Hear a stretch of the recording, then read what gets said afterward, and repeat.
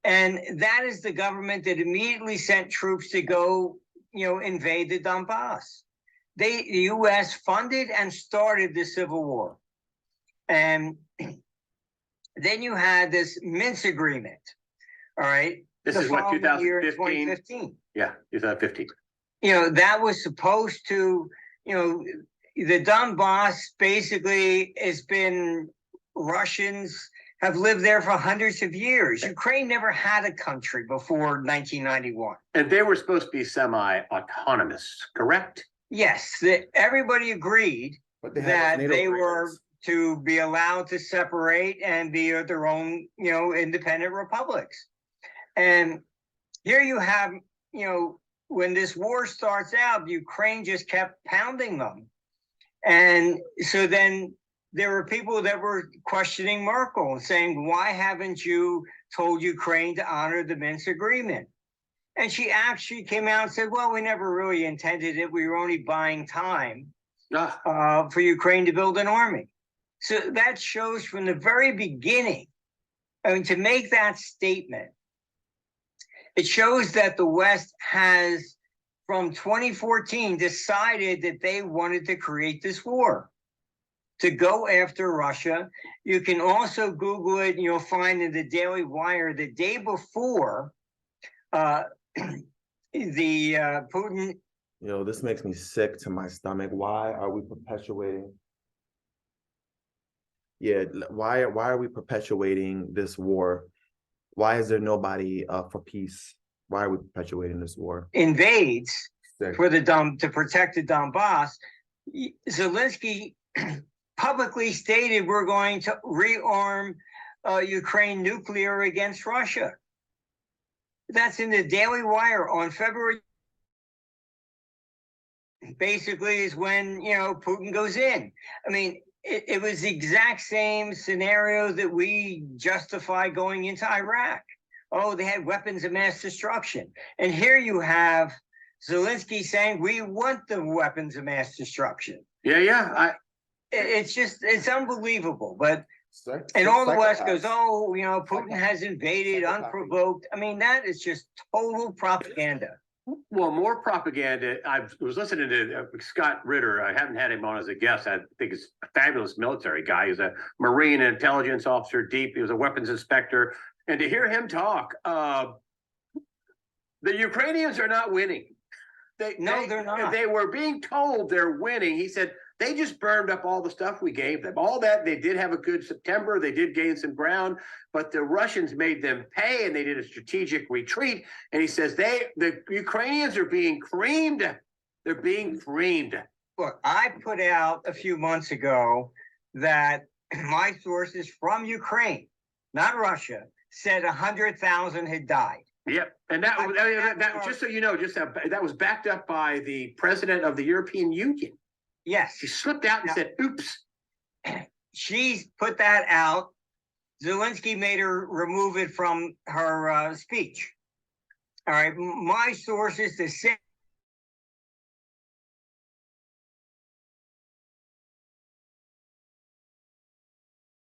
Ukrainians are missing.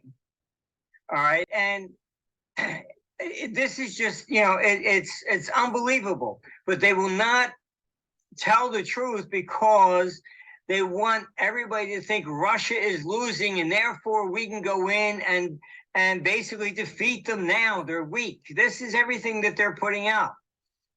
Poland was instructed to raise an army of 250,000 so that they can go in and basically invade Moscow. This is the neocon dream. They've been doing this for, I can't tell you how long. From 1955, when Germany and Russia first came to an agreement to share, that Russia would basically, sell the energy to Germany. Right, because guys, remember, Russia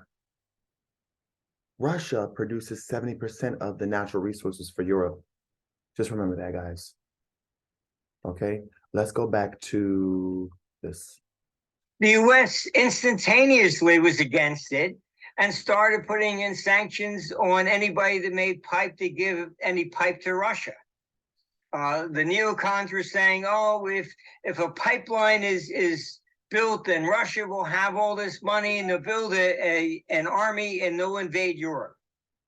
I mean, it's just absolute, complete nonsense, all of it. I was in the middle of it back in 1999. You know, the bankers were supported by the Clintons. And they were basically looking at the Clintons with the Epsteins, the Clintons with the Clinton slush fund. Yeah, no, the Clintons are corrupt as fuck. Corrupt as fuck. Read that book from Whitney Webb, A Nation Under Blackmail. and they were blackmailing Yeltsin with the Bank of New York deal. Now, hold on. Be careful about touching the desk. You're getting a lot of vibration. Just back off. Yeah. You're touching the desk, so just back off there a little bit. Yeah. Okay, there you go. They were blackmailing through the Bank of New York. Go ahead. Yeah. And basically what that was I was told and was asked to invest $10 billion and they were going to take over Russia and everything's going to be solid. And I said, look, my computer says you're going to fail. And I refused to get involved. So I knew, what they were doing. Okay, guys, Martin Armstrong has a predictive computer software that it monitors how the money flow works in the world. It monitors where money is moving in the world. And so he is a cyclist and he can read the cycles. And the government wanted this information, and so they ended up locking him up because Martin Armstrong wouldn't give him this technology. He was an asset manager. He did manage lots and lots of monies. I think, like he said, like $10 billion. He was under management. He managed billions of dollars. And again, the government wanted this technology. He has a technology called Socrates, and it could basically essentially read into the future. And he has been known to be accurate. And there's only really several people that I know that are top tier. That would be Martin Armstrong himself. That would be Charles Nanner. And that would be Peter Schiff.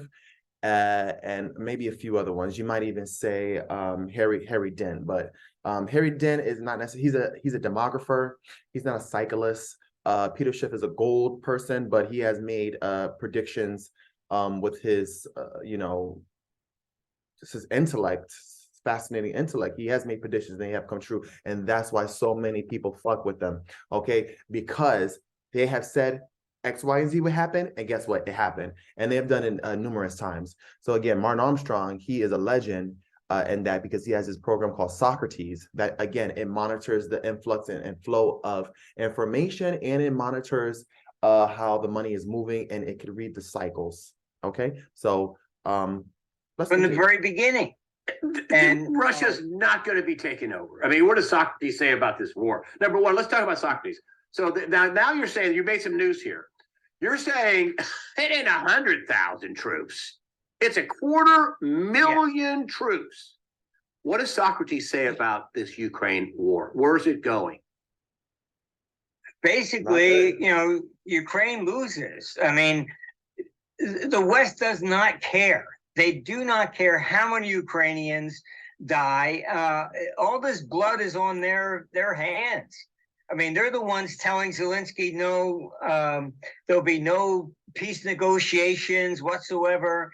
Crazy. You have Blinken just came out and saying, no, any surrender of land to Russia is not acceptable. Crazy. That's the Minsk agreement, which they had promised to do. Guys, we shouldn't be involved in any of this foreign relationship. We need to bring our troops home. We got enough problems here. We need to get out of all these proxy wars. What is it? Something like 700 proxy wars. We need to get out of all these wars. We need to figure out, we need to take care of our own house first, as opposed to that core group of people, along with the tied into the current administration that are, propagating their agenda, that are proliferating their agenda. And we need to get out of that. And their policies and their mandates are counterproductive and counterintuitive to the health of the American society, guys. This is complete lunacy.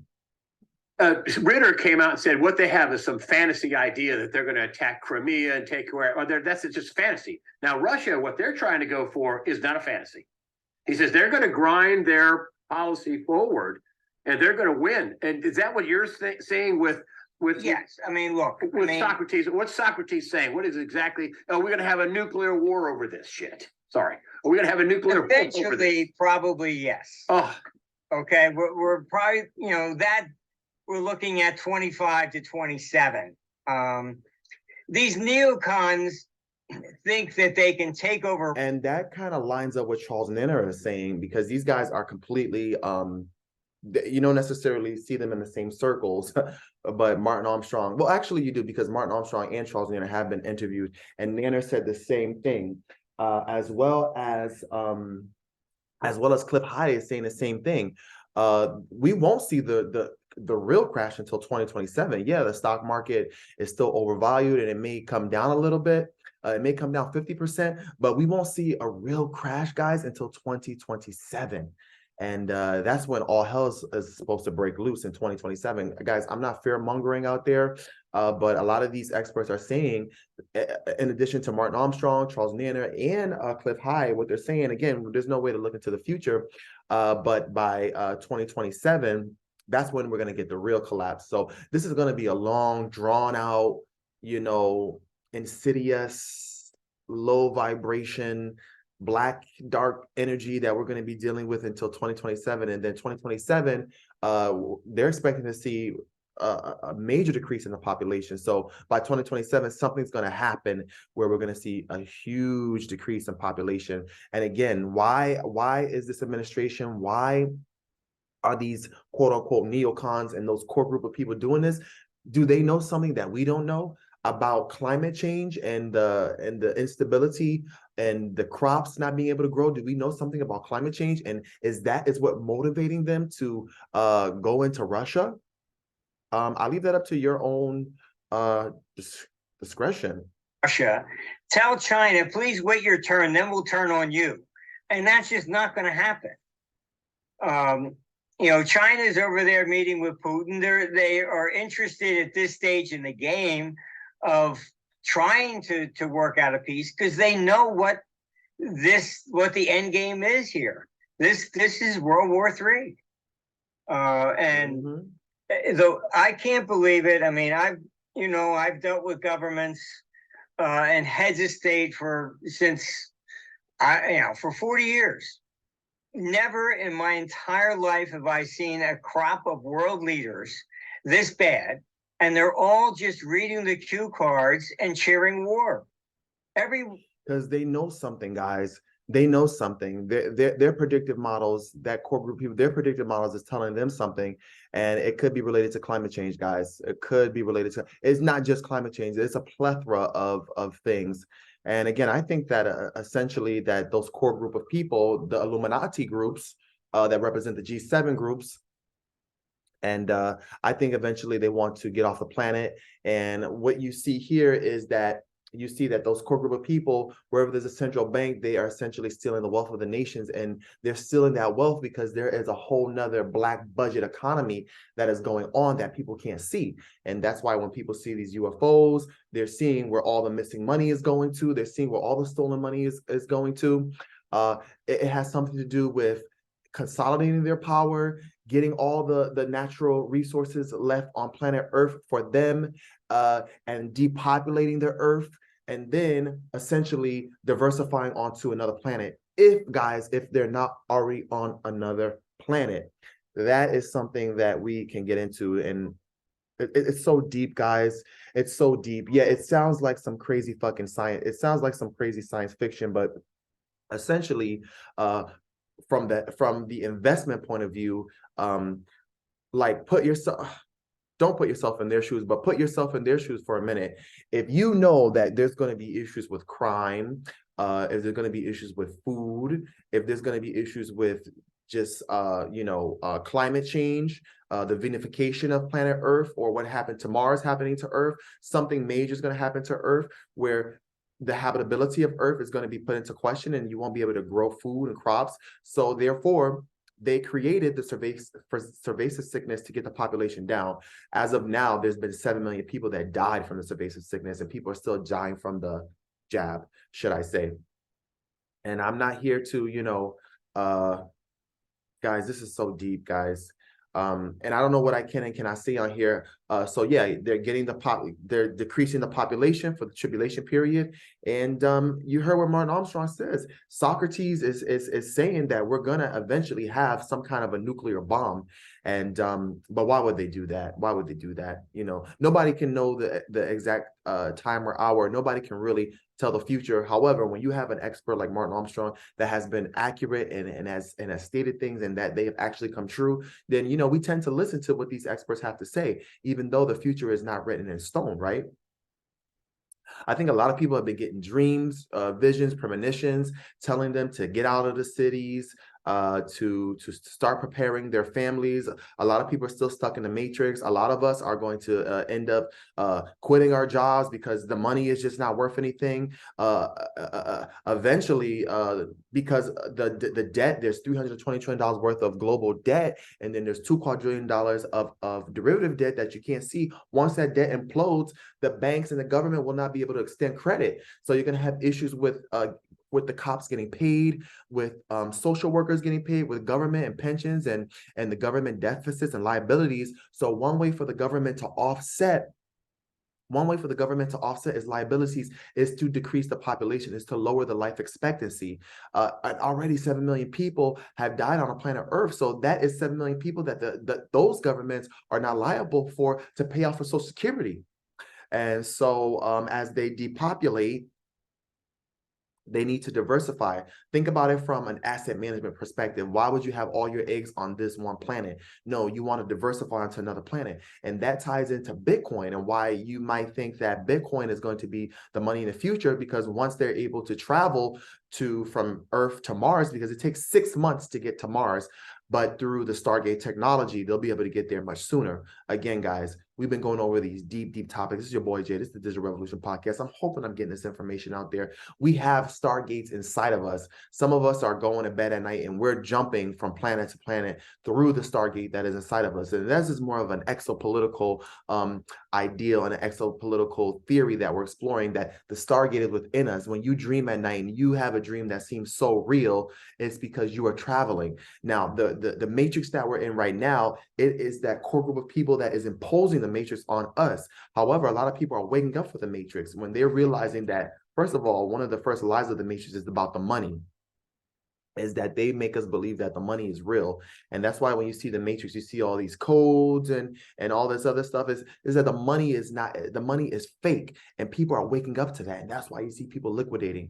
But I'm talking about that core group of people and how they want to diversify onto another planet. And this is why everything is functioning on planet Earth, why we go to work every day, and why they're stealing, they're collateralizing our taxes. They're collateralizing our future labor in order to build off-world technology, in order for them to build all the satellites. You see, if you ever look on those satellites, why does Tesla have all these? They have thousands and thousands of satellites and floating around in outer space. And again, it goes into everything that these guys have been saying is all coming true.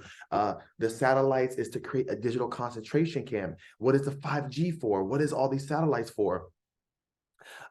Guys, I believe that they want to, so they're stealing all the wealth of the nations, right? That core group of people, they're collateralizing the future obligations of those nations. They're indebting them. They're indebting your children's children. They will be debt slaves.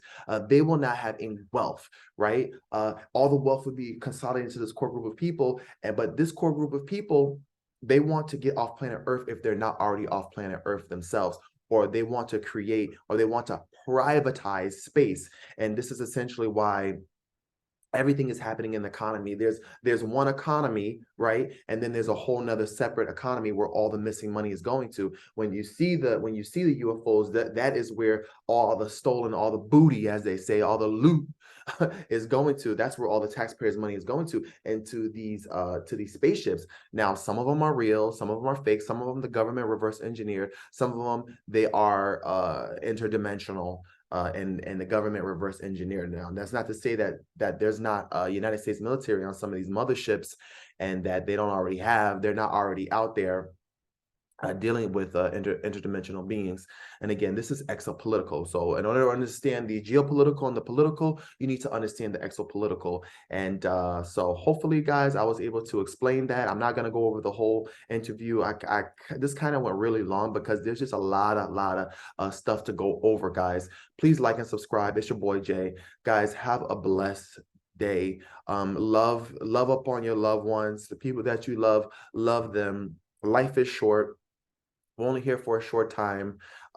There's a lot of things that are worse than just dying. You know, there's a lot, like Catherine Austin Fitts says, there's things that are worse than just dying. There's slavery, and that core group of people, they want to enslave humanity. They have been enslaving humanity. Guys, anywhere they have a central bank in the world, they bankrupt those countries.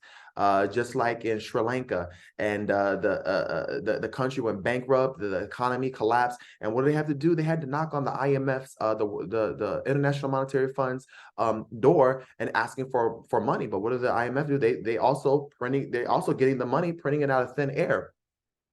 Again, guys, the end result is, what I believe is that they want to get off this planet for whatever reason. They want to diversify, get the population down, get everybody